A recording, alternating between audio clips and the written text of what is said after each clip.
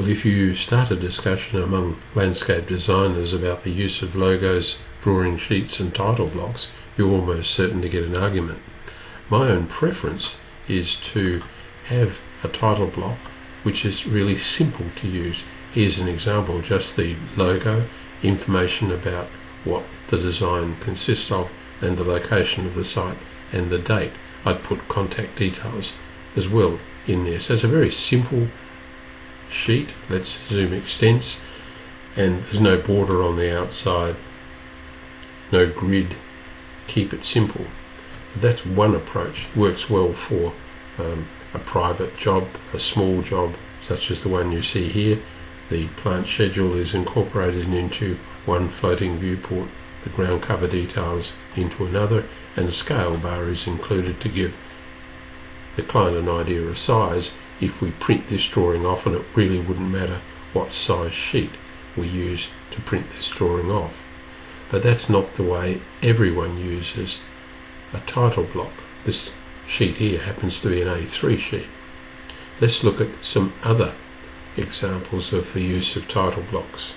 Well, here's another quite similar example. Again, the title block is really quite simple, no border around it, just the relevant information you need for the site.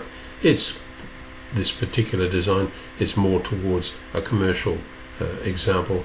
There is a code indicating each individual species, the number of the species specified, and the plant schedule is almost certainly put on a separate sheet, but the code can be used to identify the symbol by referring to another sheet. There's some information here on how to plant advanced trees and so on, but that's not relevant to our discussion about title blocks. This sheet happens to be an A1 sheet. Well, on larger scale jobs, there's a call very often, especially where a team of workers are involved. You need a much more complex title block, and here's one that stretches all the way across an A1 sheet. Let me zoom extents. You can see the design sits there and lots of information carried in the strip across the bottom. This group also has a different version of their design which they can run vertically on the right hand side of an A1 sheet. So that's an example of a much more complex sheet.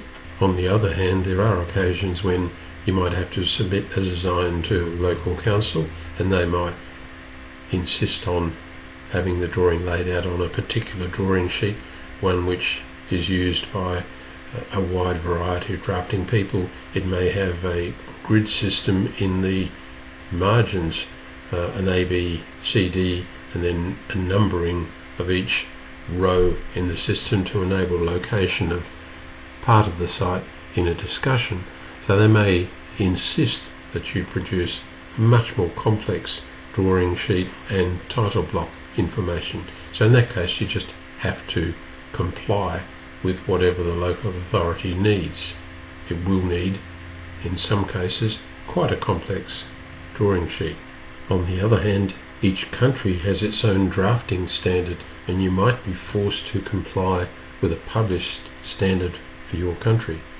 For example, if you're working on an A2 sheet, developing an A2 sheet with a title block in it.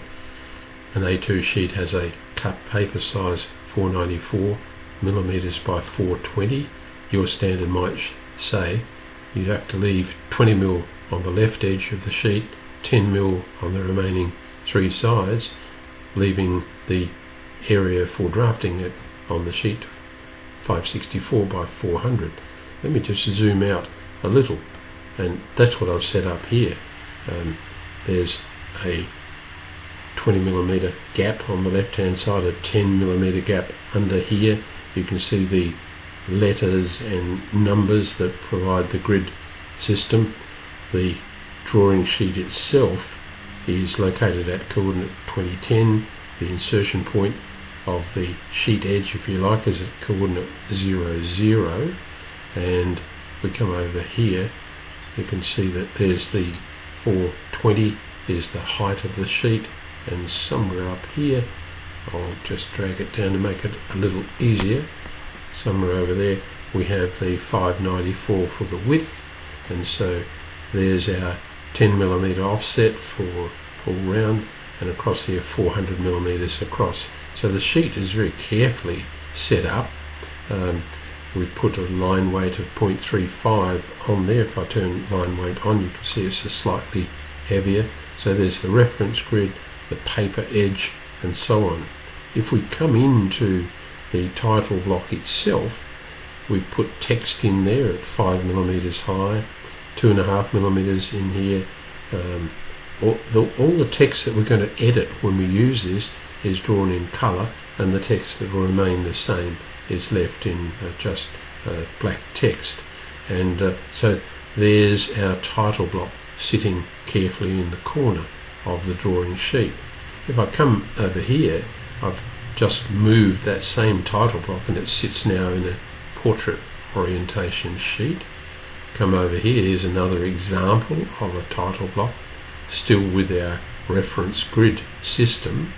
The very same block, the title, is used to cross on an A4 sheet.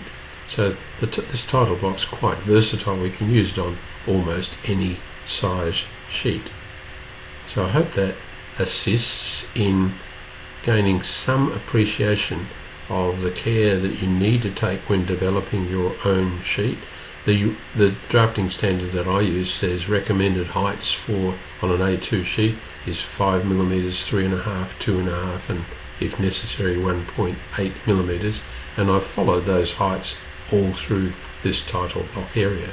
So that part of the sheet is a block.